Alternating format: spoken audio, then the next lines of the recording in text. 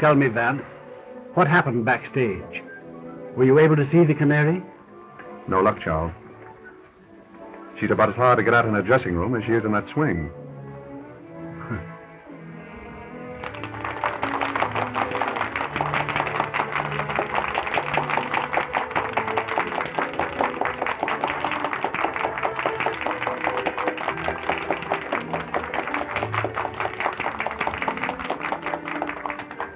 If you want an idea of what I ran into back there, let me point out a few of her admirers.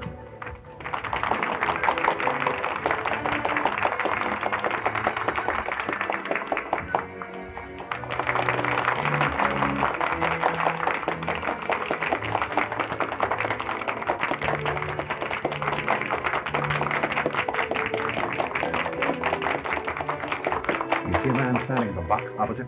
Yeah.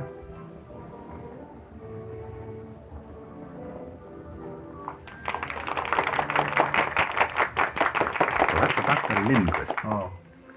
He was outside her dressing room just now, along with these other two. I understand that the Canary has her claws in all three of them. Are they rich? Oh, naturally. Well, then what does she want with my son? The allowance I give Jimmy is hardly tempting. Ah, my dear Charles, our little feathered friend in the swing there has social ambitions. She wants to be Mrs. Jimmy Spotswood. Impossible. I'd do anything in my power to prevent that, even if Jimmy still cared for her. And I still believe that she'll listen to dollars and cents. I wouldn't be too sure of that, Charles. As you know, I've more or less made a hobby of crime and criminals. That girl is no ordinary blackmailer. I'm firmly convinced that she'll stop at nothing to marry Jimmy. But Jimmy won't have her. I tell you, he has really come to his senses. Another girl? Yes. Well, you know her. Alice. Oh, yes, of course. A very nice girl, too.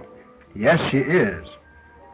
Vance, I'm afraid that I'll have to use my own judgment in this matter. I'm going to see this Canary at her apartment as soon as possible. Well, very well, Charles. But, act quickly. Oh, I know you'll smile, but, you know, I have a strange premonition that the Canary is headed for disaster.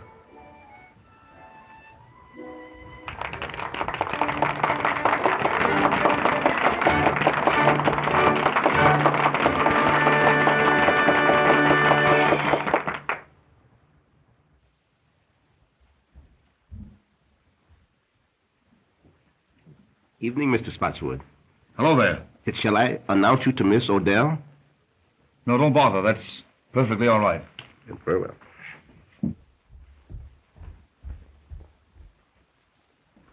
Jimmy! Alice. Jimmy, you were going to see the Canary again. No, I wasn't, dear. In fact, I just started to put this note under her door to tell her so. Oh, Jimmy, I'm afraid of her. Oh, she's clever and cruel and unscrupulous. She'll hurt us again. I know she will. No, dear. She can't hurt us now.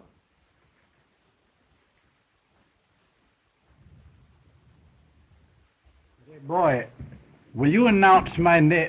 Never mind. Yes, sir. Hello, Jimmy. Why, hello, Dad. Good evening, Alice. Good evening, Mr. Spotswood. You know, I'm delighted that you and Jimmy have made it up again. Thank you. You know, I'm going to try to show you that all showgirls aren't like, well... Like the Canary, eh? Yes. Yes, I want to talk to her. Do you suppose she's home yet? I suppose so. No, Dad, you're a regular guy for helping me on this thing. You know, if the Canary ever came between Alice and me again, I don't know what I'd do. I don't know what I'd do. It's all right, Jimmy. I'll do everything I can. Shall I go along with you? No, I can handle this better alone. I'll send in my name now.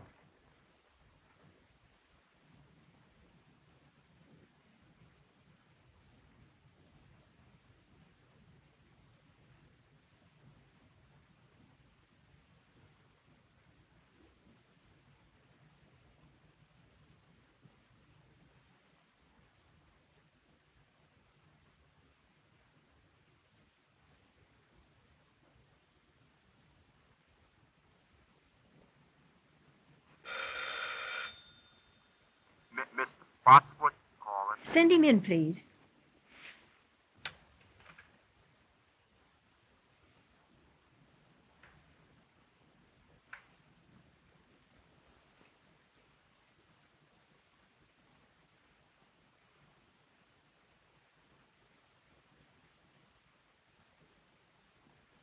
Good evening, Miss Odell. Good evening.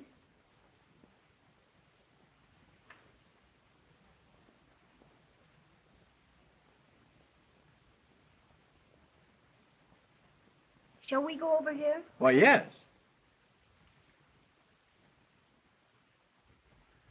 Will you sit down? Thank you. Well, I don't think we need waste any time, Miss Odell. You know why I am here. How much?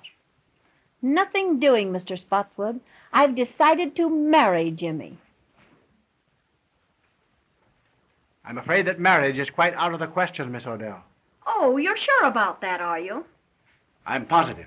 Well, how would you like me to tell the world about Jimmy's embezzling from your bank? What? You heard me. You know, Jimmy has a weakness for writing letters, and I have a weakness for using. If Jimmy did write you a letter, you'll tear it up. Now, before I leave here.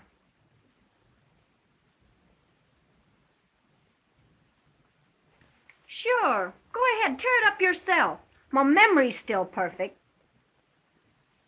Oh, yes, I see. Yes. Very well. You win. Now, what do you really want? I've told you what I want. I want to be Mrs. James Spots, and that's that. Oh, haven't you any heart? Won't you give him up, Miss Odell? For the sake of his happiness, for the sake of the girl whom he really loves, give him up. Now, what do you want me to do? Burst out crying? Listen, Mr. Spotswood, I know all about Jimmy and Alice, and if he marries her, I'll tell every newspaper in this country that he's a dirty thief. Oh, no, you wouldn't dare do that. That's blackmail. Sure it is. Call it anything you like. But get this into your head, that that's what I'm going to do. Well, that remains to be seen. Good night.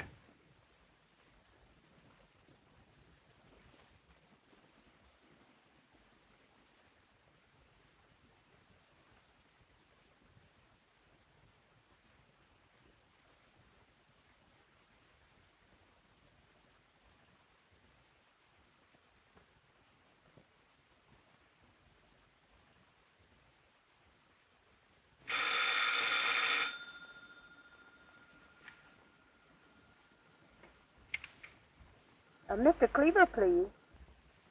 This is Mr. Cleaver speaking. Not the Mr. Cleaver, the great reformer. Yes.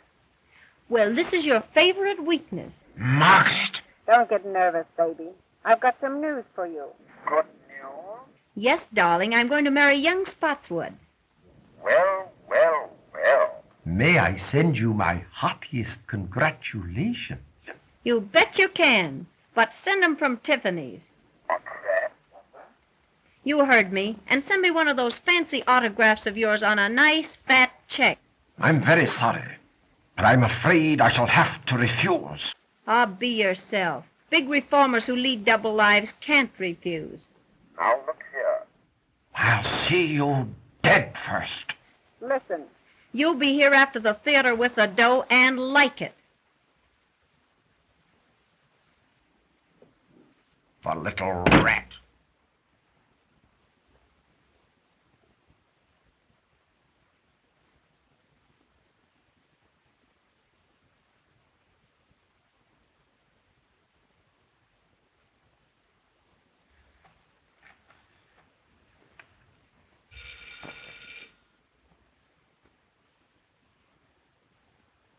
May I speak to Mr. Louis Mannix, please? Quiet, my wife.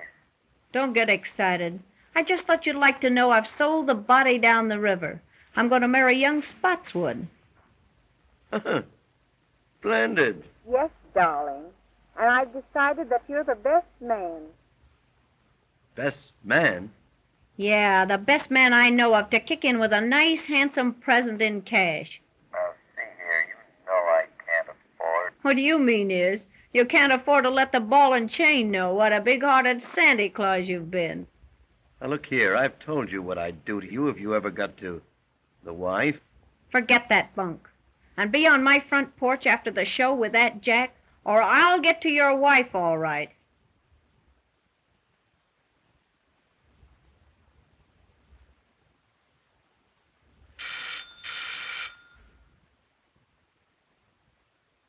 It's Dr. Lindquist speaking. Oh, yes, Dr. Lindquist. How would you like to do me a little favor? Why, certainly, Margaret. I'd do anything for you, you know. How would you like to go jump in the lake? Oh, Margaret, don't joke with me. I'm not in a mood for it. Ah, get wise to yourself. I'm through with you. You give me the willies. I warn you, Margaret. I'm desperate. If I can't have you, no other man shall ever have you alive.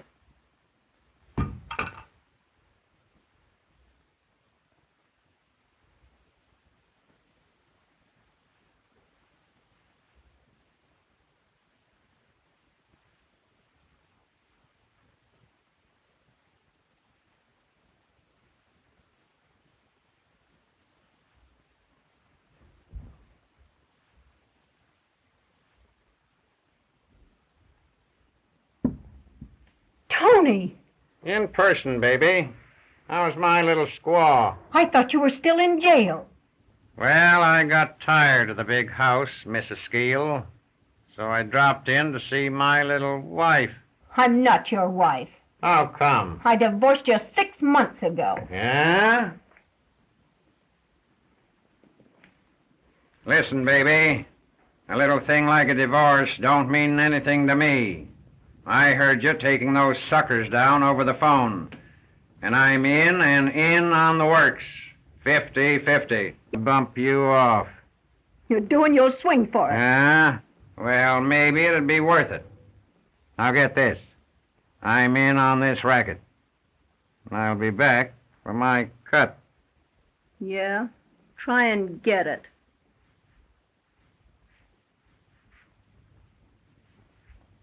Say, baby, don't bother changing the box on this door.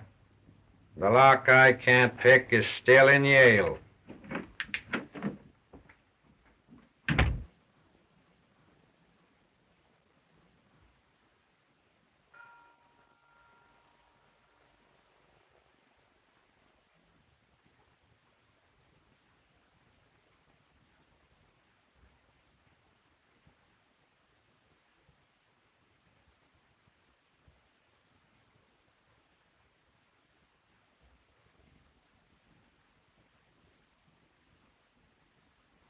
Miss Odell, may I see you for a few moments, please? It won't get you anything, but come ahead. Thank you.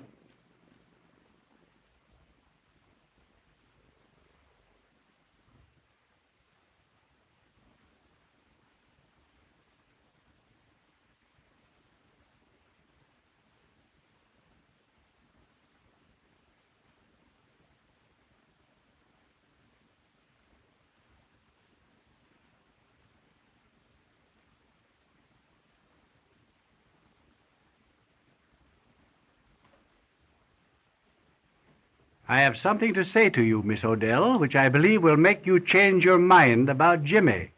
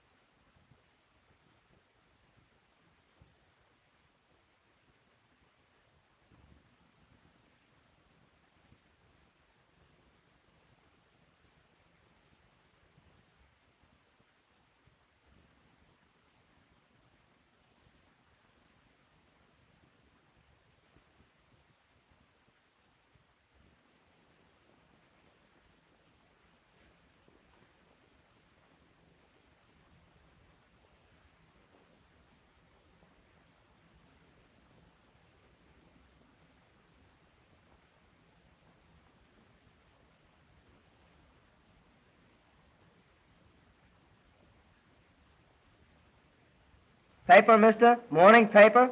No. No. No.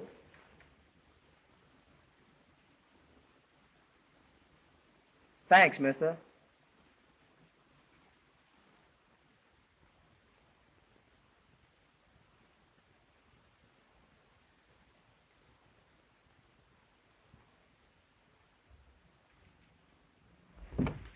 Very well, Miss Odell. That suits me perfectly. Think it over tonight, and I'll come for your answer in the morning. Good night.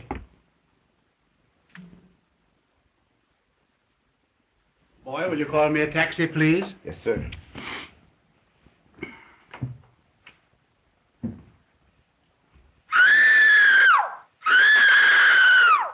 Well, what's that? Miss Odell!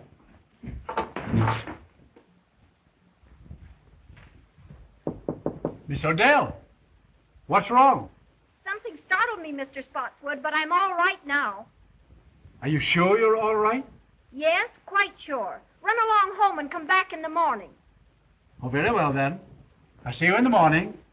Good night.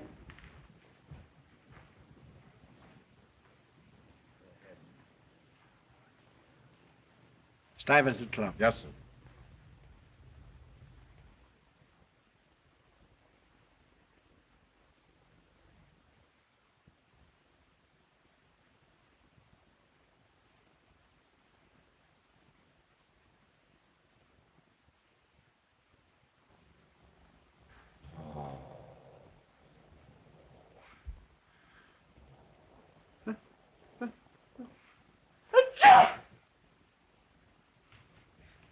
Say, fella, what's the big idea in you coming in here late? Me late? Yes, you late. I've been here for an hour. I don't want that stuff. Well, I've been here. I beg your pardon. Mr. Spotswood, calling on Miss Odell by appointment.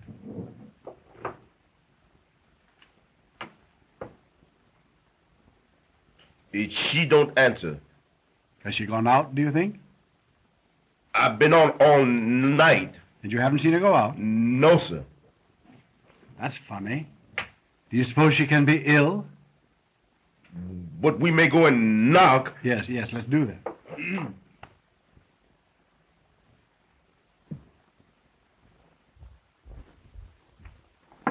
Miss Odell. Miss Odell, are you ill? No. What's the matter? Something has happened. Go get your pass key. Yes.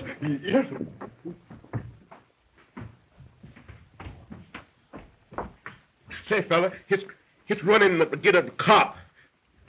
And say, he gets get a big one, too.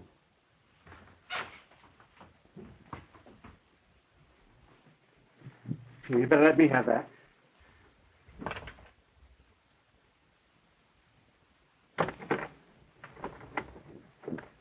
What's the matter here? Something's happening there, officer. Better take that key and go in.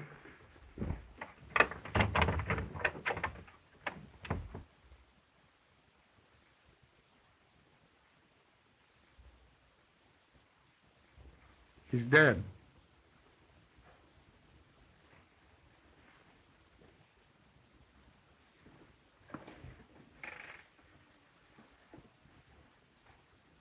Police headquarters, please. Patrolman Cassidy speaking. There's a woman dead at 184 West 71st Street. It looks like murder. Okay, Cassidy.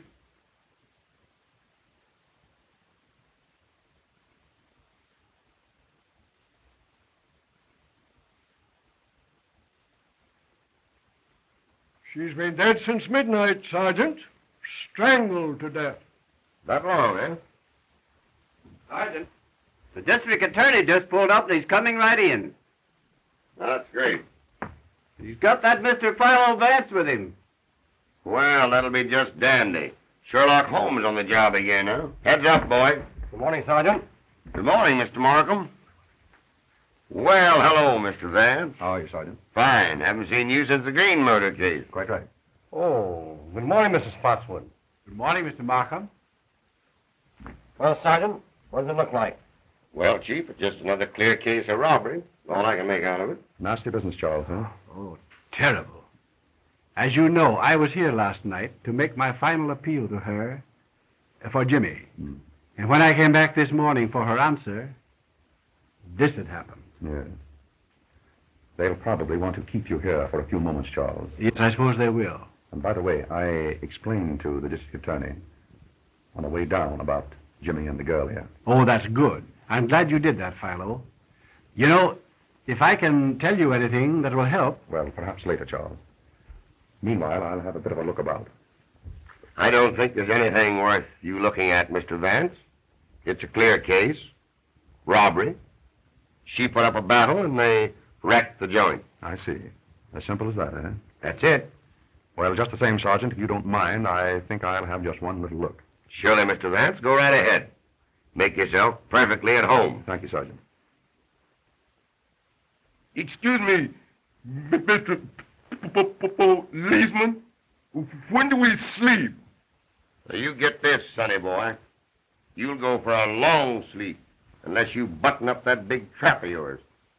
Yes, sir. Sergeant, Yes, Chief? any fingerprints? Well, so far, no.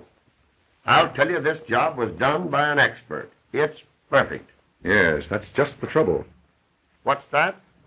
It's too perfect. Well, that's a little over my head, Mr. Vance. Just what do you mean by too perfect? Well, Sergeant, what usually happens when a heavy lamp like that is knocked off a table? Well, I don't know, but I'll bite. What does happen? It usually smashes, doesn't it? It might. Well, look at that one. Well, what about it? It was simply that lamp was placed there to give the effect of a struggle. Maybe. Let me see, Sergeant. It does look a little obvious, doesn't it, Vance? I should say so. Hey, boy. What happened here last night after you heard Miss Odell scream and you and Mr. Spotswood ran down the hall to her door? Well, she said she was all right. And I called Mr. Spotswood a taxicab. And you got away with it? Yes, sir. That's right. What time was this? It's on the call sheet there I gave you. About... Never mind. I can read it. 12:10. Mr. Spotswood, where did you go last evening after you left here? I went directly to the Stuyvesant Club. That's right, Sergeant. I met Mr. Spotswood at the club shortly after 12. We played poker until almost daylight, I believe, wasn't it? It must have been. I know it was long after 4. Oh, yeah. You mentioned that coming down here, Vance. Right. That'll be all for the present, Mr. Spotswood. Thank you, Markham. But if you do want me later on, Mr. Vance has my number. Quite right. Goodbye. Goodbye. Goodbye, Goodbye, Philo. Charles. I'll phone you. Go right ahead, boy. Suppose we look at it some more. Joe.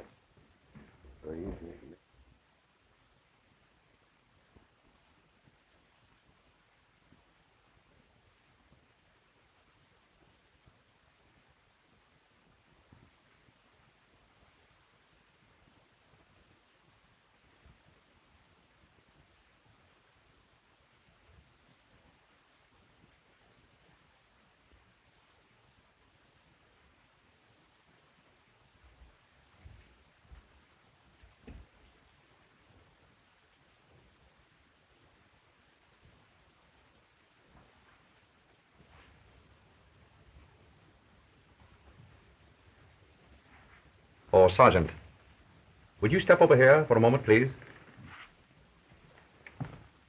All right, Mr. Vance. What is it now? Do you observe anything peculiar here? Why, surely. The key is on the inside. Excellent, Sergeant. Don't you think we might go over that knob for fingerprints? Well, now, Oh, I get you, Mr. Vance. The murderer locked himself in this closet. When Spotswood left, he came out and croaked the canary. No, I hardly think so, Sergeant. If you will observe, this is the one place in the entire apartment that hasn't been disturbed. Now, what does that signify? That and the fact of the key being found on the inside. Just as I told you. The murderer was in this closet and came out when Spotswood left. I don't think you quite get my point, Sergeant. If the murderer had been in here, he would have upset this closet as he did the rest of the apartment, wouldn't he? Well, yes, I guess he would. Precisely. Gentlemen, it was someone else who was in that closet while the apartment was being ransacked. And that someone witnessed the murder. Through the keyhole. Splendid, Sergeant. And if you'll find who was in that closet, I think you'll learn from him or her who it was that killed the Canary. Sergeant, get the fingerprints, will you? Oh, Joe. Oh, Sergeant, you might check up on the other apartments. Mr. Vance and I are going outside.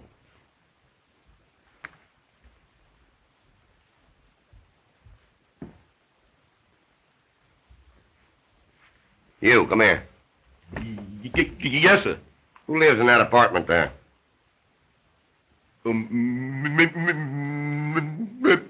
Miss Alice LaFosse. Isn't she the dame that had the battle with the Canary the other night over young Spotswood? All right, all right.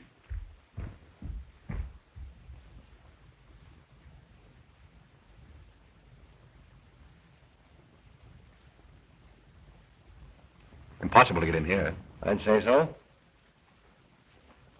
Well, what's this?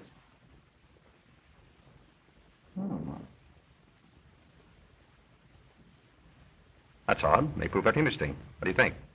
I see, Miss LaFosse. I see. But you and the Canary had a fight over young Spotswood, didn't you? Why, yes. We did have a fight. You see, she took Jimmy away from me and got him into trouble. But that's all over now. Jimmy and I made it up just day before yesterday. You didn't see young Spotswood last night, did you? Why, yes. He brought me home from the theater. Uh-huh. So he was hanging around here last night, was he? Yes, but he was with me until after 1 o'clock. Now, wait a minute, lady. Wait a minute. You save your alibis till we get you down to headquarters. Go slip on your things. Why, look, you don't think that... Put 'em on. Oh, Mr. Vance, I'm frightened. Well, now, don't you be worried, Alice. Just you do as the sergeant says. All right.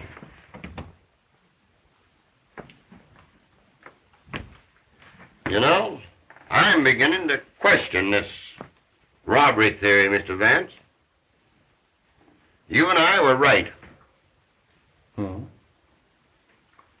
Oh, yes. Why, I can see plainly that this murder is all mixed up in a love pact. You know, Chief, I think we'd better round up this young Spotswood and give him the works. What do you say? Quite right, Sergeant. Markham, I'd like you to add a few names to that list, if you don't mind. The men I mentioned on the way up here. Dr. Ambrose Lindquist, John Cleaver, and Louis Mannix.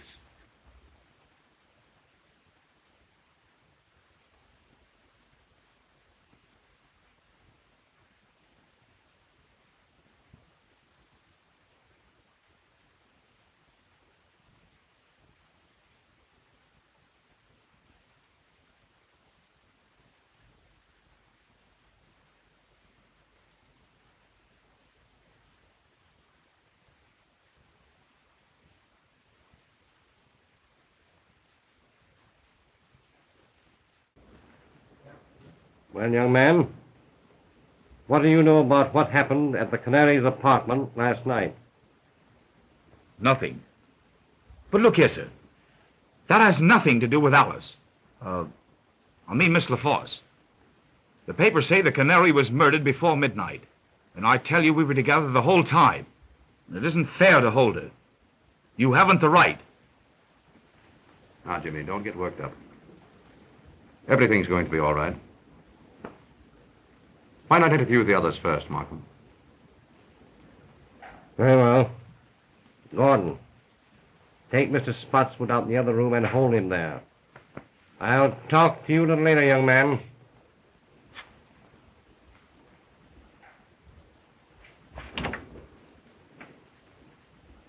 Theo. Well, who's next on the list? Mannix. I'd like to make a bit of an experiment, Markham. Have you a pad and pencil there? Yes.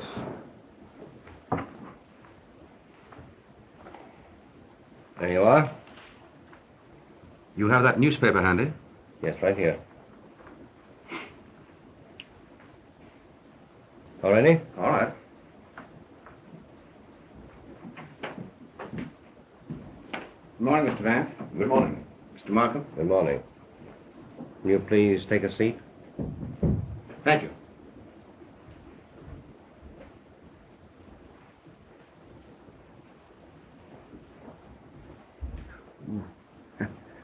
Sorry.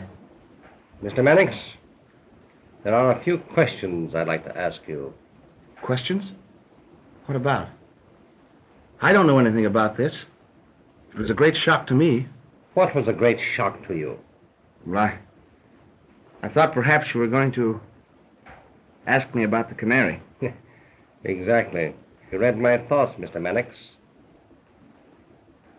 Did you ever see that necklace before? Why, yes. Fact is, I gave that to Canary. Little token of esteem. Nice girl, the Canary. I'd met her once or twice. Casual acquaintance. Rather an expensive gift to give to a casual acquaintance, isn't it? Do you know that the Canary was strangled with that necklace?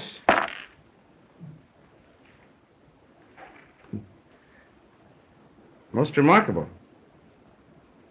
Unfortunate, I should say. Where were you last night between 11 and 1 o'clock? Between 11 and 1? Yes. Let me see. Why, I was home. I went to bed about 10 o'clock. Tired out. You understand. Pardon me, Mr. Mannix.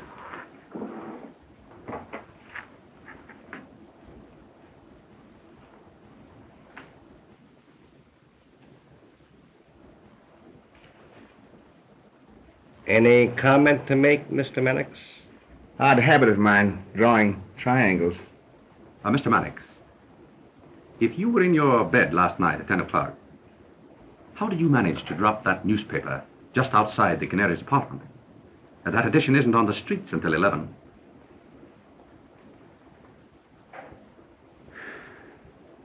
Well, you've caught me. I'll tell the truth. It's always best to tell the truth, especially when there's no reason to lie. It was like this. The Canary called my home at dinner time last night. Most embarrassing. Mrs. Mannix was with me. I had omitted to tell my wife about the Canary. She wouldn't have understood. The Canary told me that she was going to be married and wanted to see me. Said that I should come to her apartment at 11 o'clock.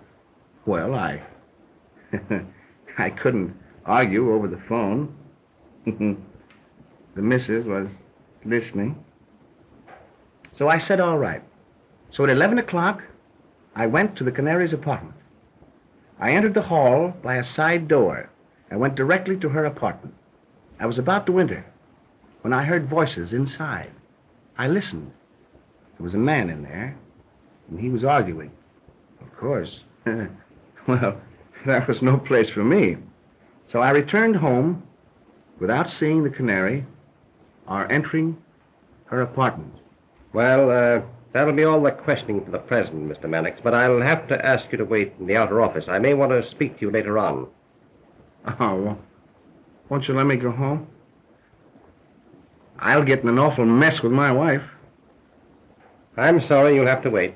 Oh, Mr. Markham, I wouldn't run away. Melfield. That'll be all.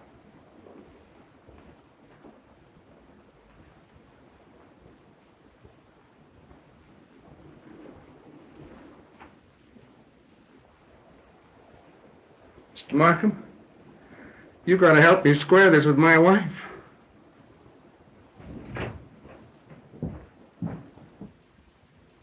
We will now have Mr. Cleaver.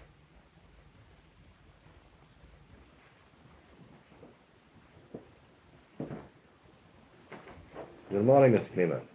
Good morning, Mr. Markham. Can I do anything for you? Will you please have a seat? Mind if I smoke a cigar? Oh, please do.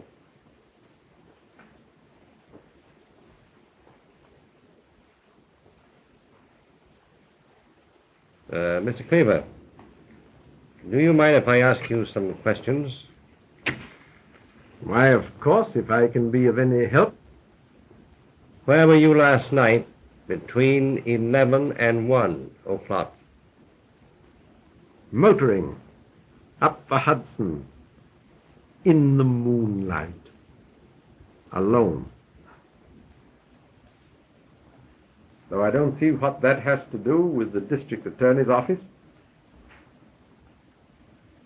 Well, only this, Mr. Cleaver.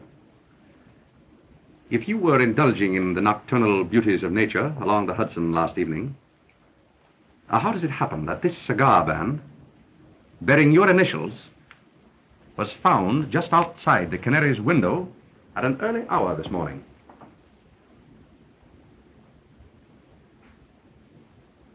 Well, if I was passing the Canary's apartment, you can't twist that into a crime. Oh, then you did pass her apartment. Why, yes, I've nothing to hide. It was about dinner time last night. The Canary phoned to me. Oh, of course, my acquaintance with her was wholly in my line as social reformer. I'd hoped that she was going to leave her immoral life and marry and settle down and be a good woman. And you kept the appointment? Yes. Yes and no. I was a little late. I arrived at her apartment about a quarter to 12 or thereabouts. I waited for a minute outside her window to light a cigar. Then I glanced down to the side entrance to the building. And who should I chance to see but Dr. Lindquist? He was behaving in a very peculiar manner. Seemed to me very queer, very mysterious. I didn't like it, so I made up my mind not to see the Canary again. And I turned, walked back home. Now, that's all I can tell you. I'm a busy man, and I hope you'll excuse me. I'm very sorry, Mr. Cleaver, but I'll have to ask you to wait in the outer office. I might want to question you again. You mark my words, Markham. You'll be sorry for this. Well, I'll take my chances, Mr. Cleaver.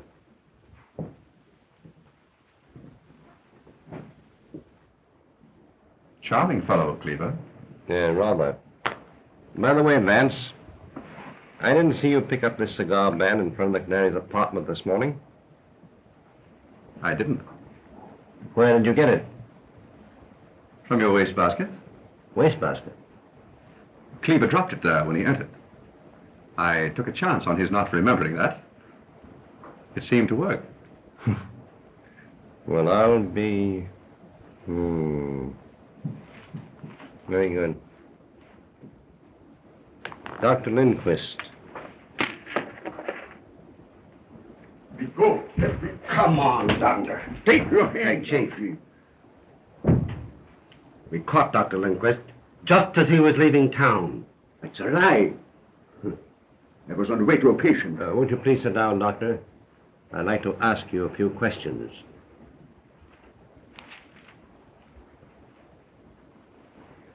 Doctor, where were you last night between 11 and 1 o'clock? None of your business. It is some of my business. You were seen coming out of the Canary's apartment at midnight. Liar! Not so fast, Doctor. Calm yourself, Doctor.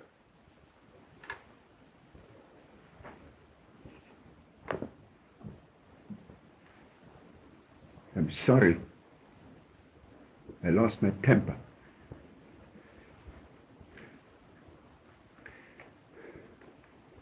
I'm under a terrible strain. I loved the Canary dearly, and I'm terribly upset. Do you know that the Canary was strangled with that necklace?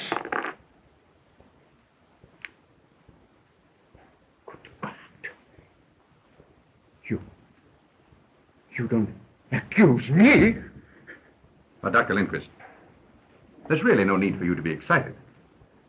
Now, Mr. Markham here is merely trying to find out what you know.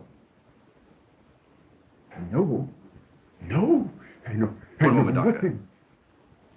Markham, don't you think that we might postpone the interview with Dr. Lindquist for a while? Why, what? Very well. That'll be all for the present, Doctor. I'd like to have you remain in the outer office.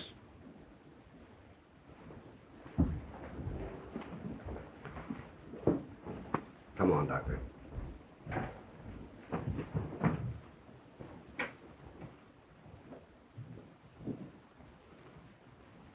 What was the idea, Vance? We had him where he was about to tell us everything. Well, on the contrary, Markham, in his present extremely excited condition, I very much doubt if he would have told us anything. I do think, however, that if we give him a chance to cool off a bit, he's very likely to tell us the truth. Well, perhaps you're right. Good morning, Sergeant. How are you, Sergeant? Good morning, Chief. Hello, Mr. Vance. Take a slant at those. There's the Canary's jewels. They were found in an ash can about a block from her apartment this morning. I guess that kind of disproves the robbery theory. We were right, Mr. Vance. I say we were right. Oh, yes. Yes, apparently we were, Sergeant. Now it's up to us to find another motive. Yes, quite right, Sergeant. You know, Markham, I've been thinking this over all morning. And I believe that I can come pretty close to the psychology of the man who committed this murder. I believe that I can pick him out from that list of suspects, if he's among them. However, it will require a bit of an experiment. What is in your mind? Well, I'd like to use that conference room of yours there for a friendly little game of poker with your suspects. Well, now, that's a cute idea. Just what is your idea, Vance? Well, just this, Markham. A man's true nature always comes out in a game of poker. Now, I know the type and the temperament of the man who murdered the Canary. And in a game of poker, I believe that I can come pretty close to putting my finger on him. That's a new way of catching crooks. Take it easy, Sergeant, will you, please? Well, go ahead, Vance. The experiment can do no harm. Quite right. Now, I'd like to have the sergeant's help. Well, I'd be very glad to help you, Mr. Vance. As long as you don't try to hang the murder on me. Sergeant, will you take Mr. Vance's orders, please? Okay, Chief.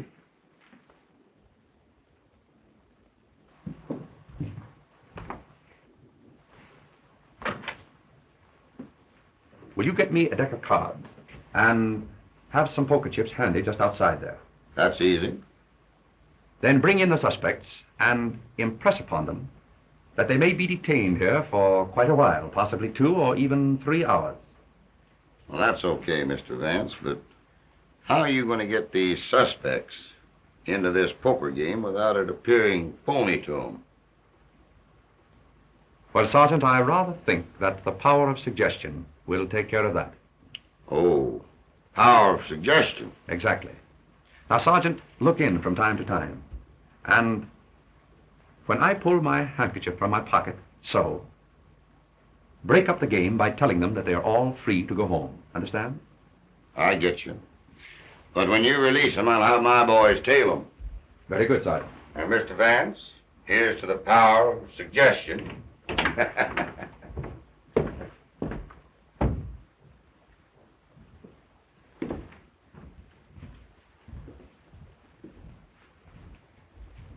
Jimmy?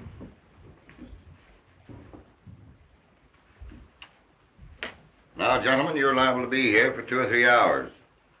Perhaps longer. That's outrageous. Just make yourselves at home.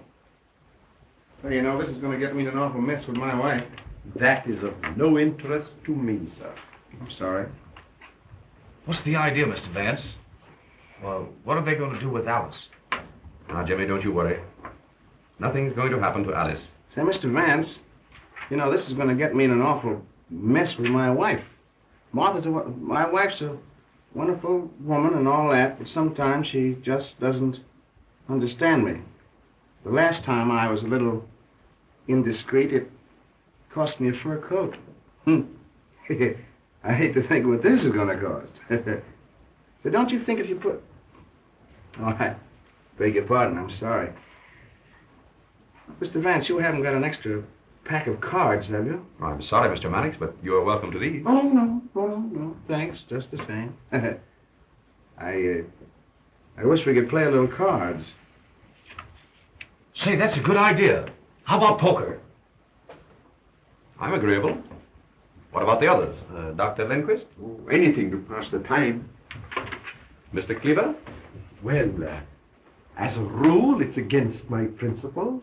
But I suppose on an occasion like this one can relax a little. Just draw up chairs, gentlemen.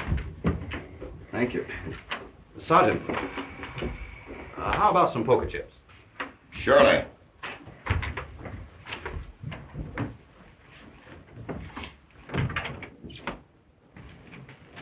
Chief. Yes? Mr. Spotswood is here. Have him in. Come in, Mr. Spotswood. Good morning, Mr. Spotswood. Good morning, Markham. Good morning. I say, Markham, what are you holding Jimmy for? Surely you're not accusing him. No, of course not. We're simply trying to find out what he knows, that's all. Oh, yes. Where is he now? Why, in the other room there with Vance. May I see him? Why, certainly. Of course you could. Vance, Mr. Spotswood is here. Oh. Hello, Dad. Oh, hello, Jimmy. Good morning, Charles. Good morning, Philo. But Dad, what are you doing here? I came to be with you, Jimmy, while you're detained. Oh, by all means. We've just started a little game of poker here, Charles. Would you like to join? Come on, Dad, sit and take a hand. Well, all right. I'll sit in. That'll be fine. Suppose you take that chair, Charles. Thank you. Gentlemen, this is Mr. Spotswood. Mr. Mannix. How do you do, Mr. Mannix? Dr. Lindquist. Doctor. And Mr. Cleaver. Mr. Cleaver, how do you do? Shall it be jackpots, gentlemen? Why, yes, anything. Well, yes, the Mrs. and I usually play jackpots.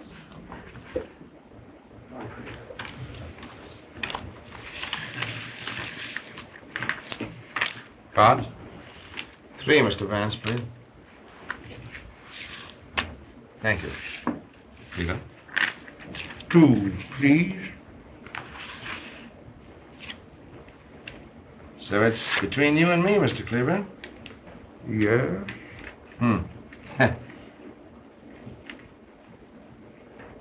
I'll bet a white one.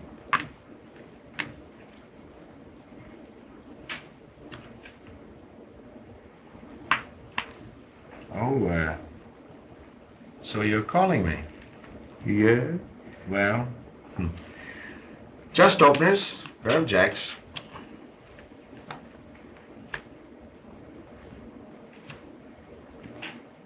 Three aces. Oh. So you called a one-chip bet with 3 aces.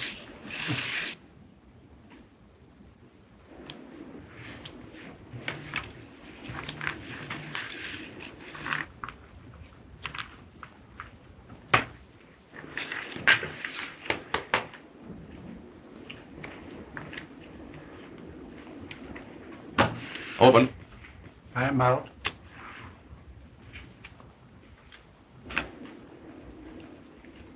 Dealer passes. How many, Mr. Vance? 2 cards, please. Mr. Mannix? I think I'll play these.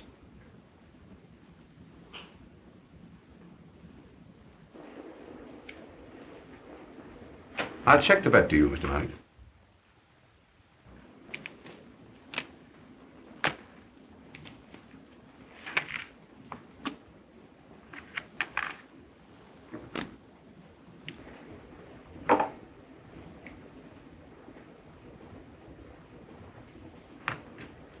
Calling. 9, 8, 7, 6, 5. And they're all spades. You bet on a sure thing, Mr. Mannix, huh?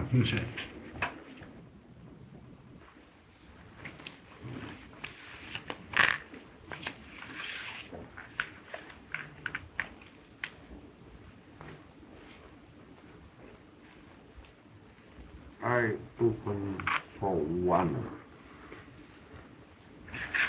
I'll stay. Oh, let's make it a little more interesting. 10 more. Well, that lets me out. I'm out. And me. I'll stay with you, Charles. Cards, gentlemen. 3 for me, please. 1, 2, 3. Mr. Spotswood? I have plenty.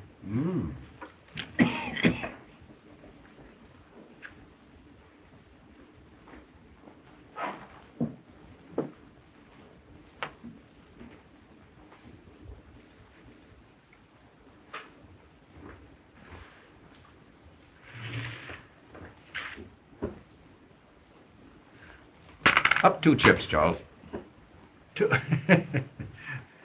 Oh, you want me to do the betting, eh? All right.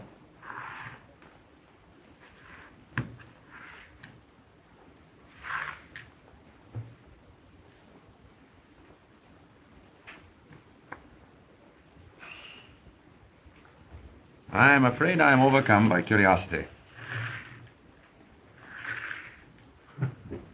What have you?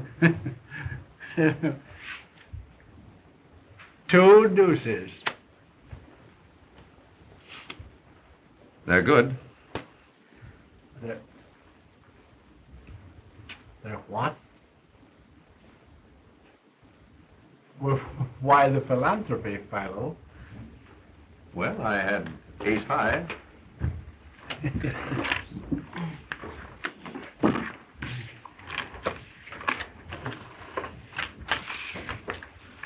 Pardon me, Mr. Vance. Could I speak to you a moment? Excuse me, please. You've traced the fingerprints down, and this is the bird that was in the closet and saw the canary murdered. Gentlemen, here is the man who was in the Canary's clothes closet and who witnessed her murder. Well, I shouldn't like to be the man he saw. Thank goodness he didn't see me through the keyhole. So that man witnessed a murder.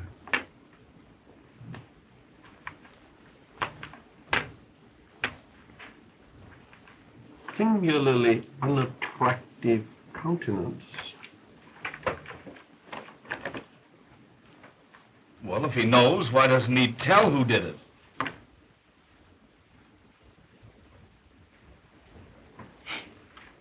Gentlemen, I've been instructed by the district attorney to inform you that you're all free to go home. Thank goodness for that. I wonder what the wife will say. Has anyone a fountain pen, please? There's mine. Oh, thank you, sir. Sorry. Now, what I didn't tell you about this bird, Mr. Vance, in front of the others, is that he phoned in and said that he'd be in the district attorney's office tomorrow and spill the whole works. He says that he saw the guy that croaked the canary, and he'll come in and tell us who it was. Now, we haven't been able to locate him yet, so I guess we'll just have to wait.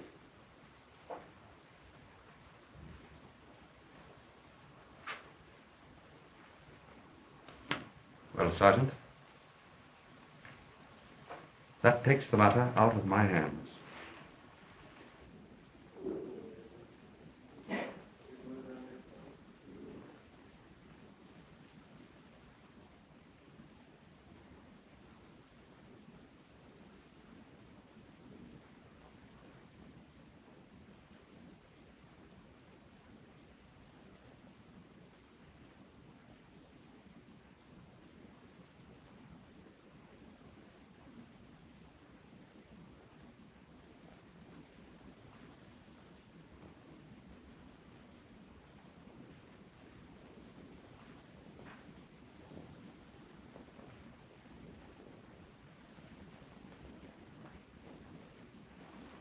Markham, there can be no doubt of it. The same person who strangled the Canary strangled Skeel. This new murder was done to cover up the first. Skeel was obviously blackmailing the Canary's murderer. He threatened to inform the police of what he had seen through the keyhole of the closet. And when the murderer learned yesterday at the poker game that the police knew who had been in the closet, he put Skeel out of the way at the earliest possible moment. I believe you're right, Vance. Oh, my.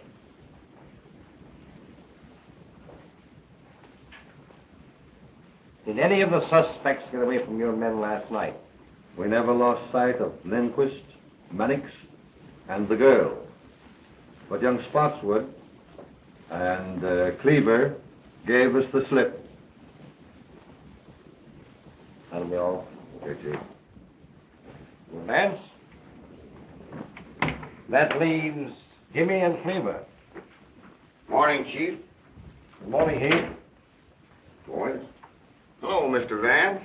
Good morning, Sergeant. Well, Chief, everything's okay.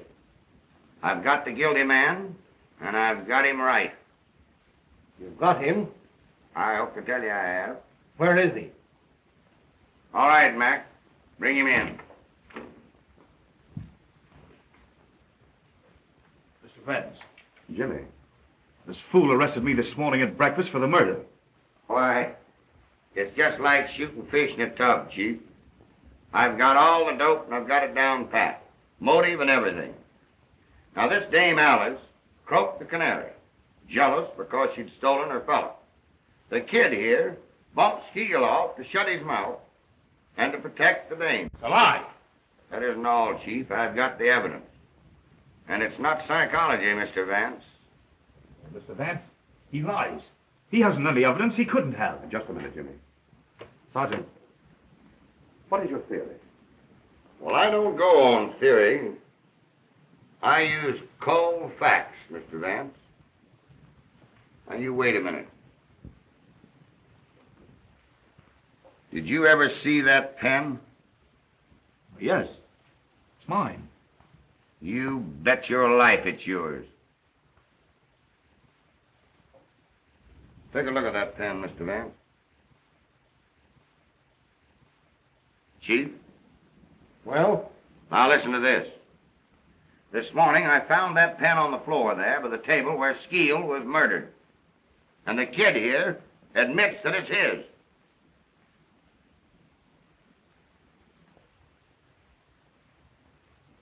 Well, young man, what have you to say?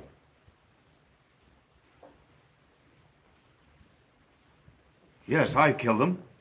Both of them. I guess that does it, Chief. We've got him in a sack. Now, this Dame Alice... Wait a minute. You've got what you wanted. Now, take me out. Take him away, Mac.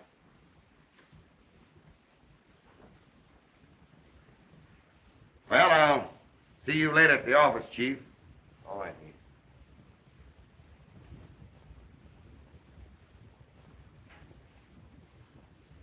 Sorry, Mr. Vance.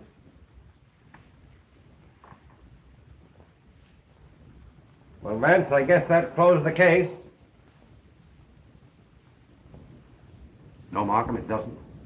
What do you mean? I mean that the boy is not guilty. Well, that's nonsense. Not nonsense, Markham.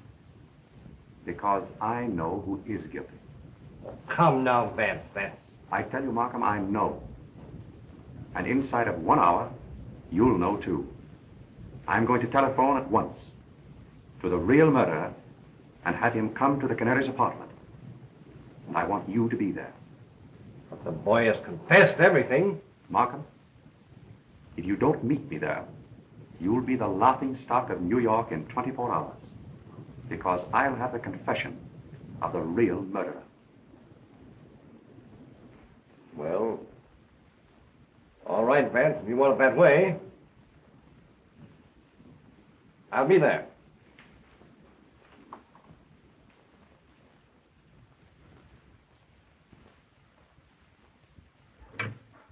Number 3. Bayview 2121. Bayview 2121. Yes, please.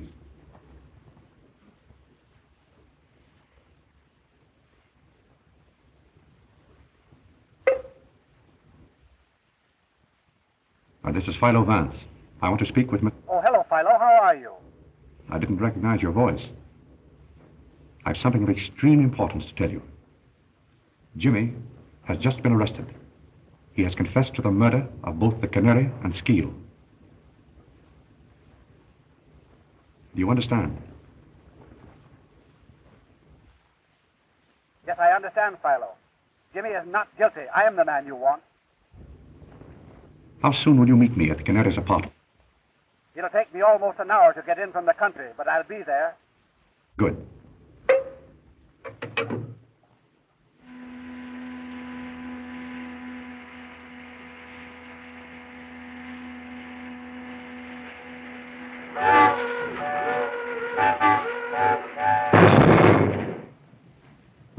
It's been over an hour now, Vance. Now, don't be impatient, Markham. He'll be here.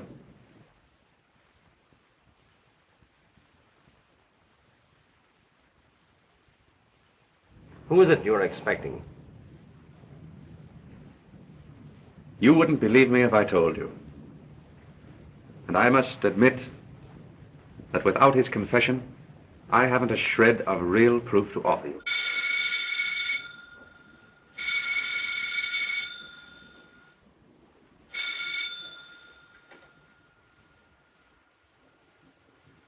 Hello? Yes? This is Mr. Vance speaking.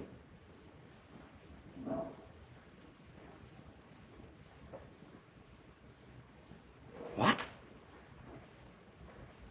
Yes. All right. What is it, Vance? Spotswood has just been killed in a motor accident. Spotswood killed?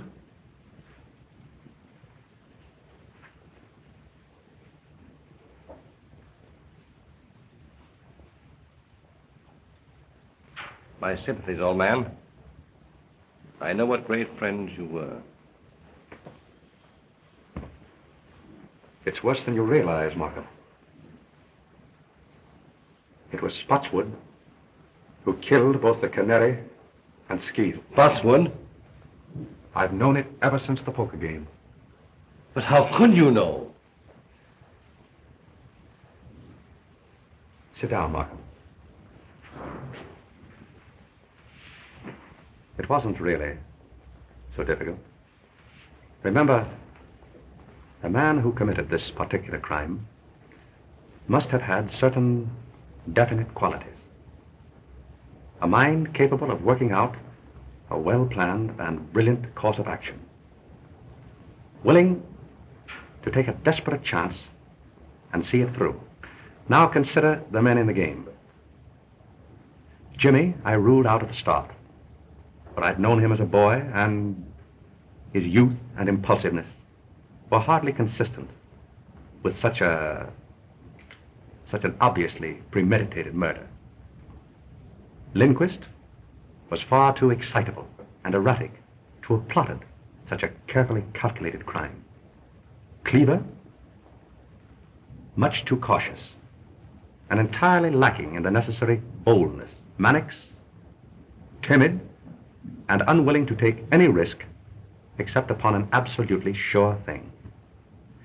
The only man at the table with enough imagination to plan such a crime and with sufficient self-confidence and daring to carry it through was Spotswood. When he held a pair of deuces, refused to draw to them, and bet every chip he had on the chance of bluffing me out, the realization suddenly dawned upon me that he was the murderer. For he was the one man of them all psychologically fitted for such an act.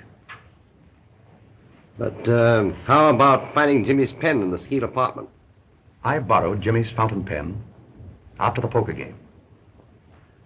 My hypothesis is that in the confusion, Spotswood put the pen into his own pocket, and that Jimmy saw him do it. That is why Jimmy made his confession. To shield his father.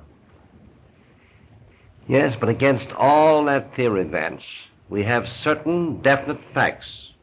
Now, for instance, Spotswood left the Canary's apartment while she was still alive. He talked to her through that door. The hall boy, looking through the keyhole, saw the Canary lying on this sofa smoking a cigarette. Spotswood then went away and spent the rest of the evening with you. True. And yet I know he committed the murder.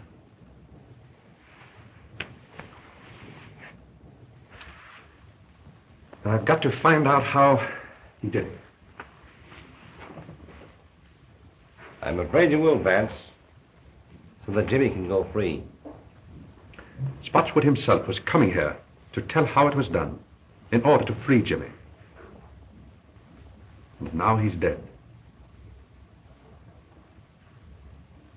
I've got to solve it.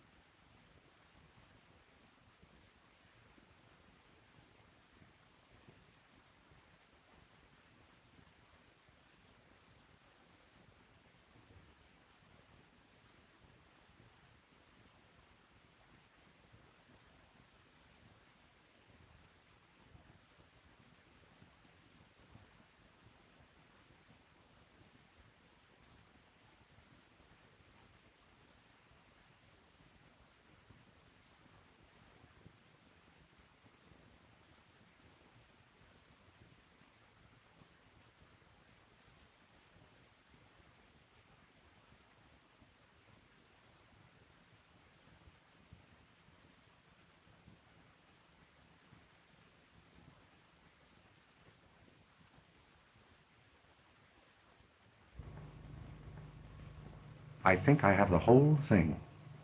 Now follow me closely. The Canary was lying there. Spotswood, let us say, was standing here making a final plea for his boy, which met with an absolute refusal. He walked around to the head of the sofa. Suddenly, he clapped his hand over her mouth, and with his other hand, caught her necklace. And before she had a chance to cry out, he strangled her. He then proceeded to set the stage, to make it appear that the crime had been committed with robbery as a motive.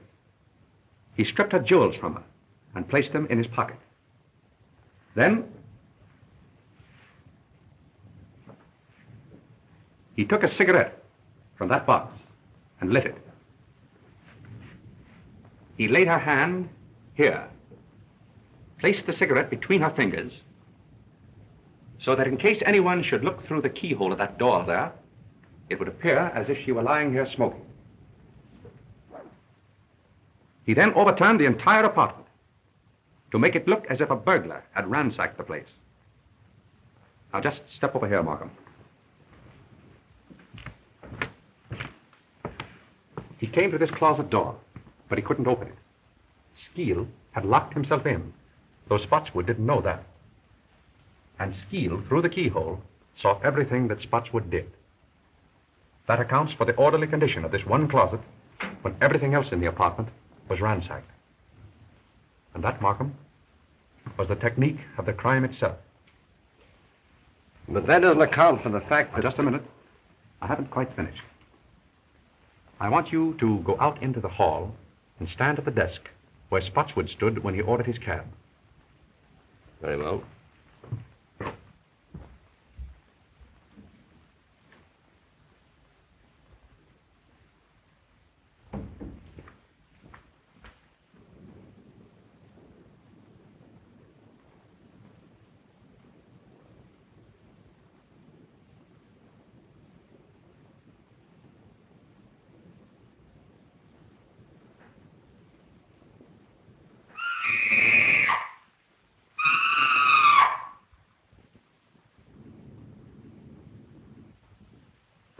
Startled me, Mrs. Spotswood.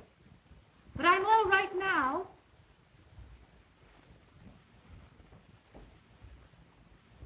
Yes, quite sure. Run along home and come back in the morning. You understand now? This record was Spotswood's alibi. Undoubtedly, the reason he returned here the next morning was to get it back. But he was prevented by the arrival of the officer who entered the apartment with him. The Canary was dead when the scream issued from the apartment that night. She was dead when she apparently spoke to Spotswood through the door. But what clue led you to the phonograph record?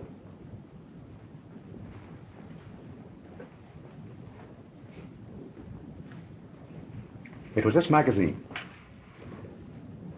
That is hardly a magazine the Canary would have read. So I concluded that someone else must have brought it here. Then, in running through the pages, I happened to notice this. Look closely.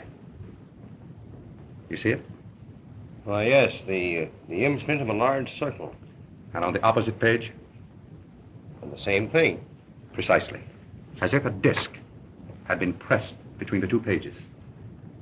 That brought to my mind the thought of a phonograph record. And suddenly, the whole plot became clear to me. It was the only way that Spotswood could have committed the murder and have produced a voice in the apartment after the Canary's death. But I can't understand how he could have reproduced the Canary's voice. It wasn't the Canary's voice, Markham. Spotswood made that record himself. Probably it was his own voice, in falsetto. And remember, it was only necessary to fool the houseboy and through a closed door. Yes. I can see it all now. He played the game shrewdly and boldly. It was Jimmy's whole life's happiness that was at stake. And Spotswood risked his own life for his boy.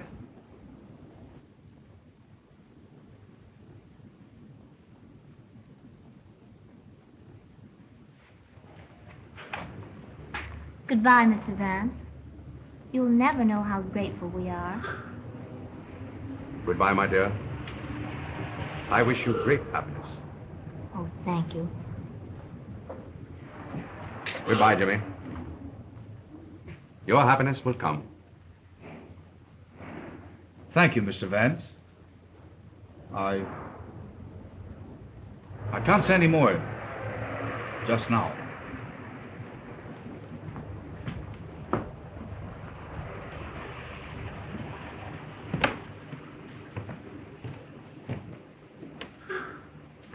Well, Mr. Vance? Well, Sergeant. I guess we put it over again. Right you are, Sergeant. Many thanks. Well, I'll be seeing you later. Goodbye. Goodbye, Sergeant.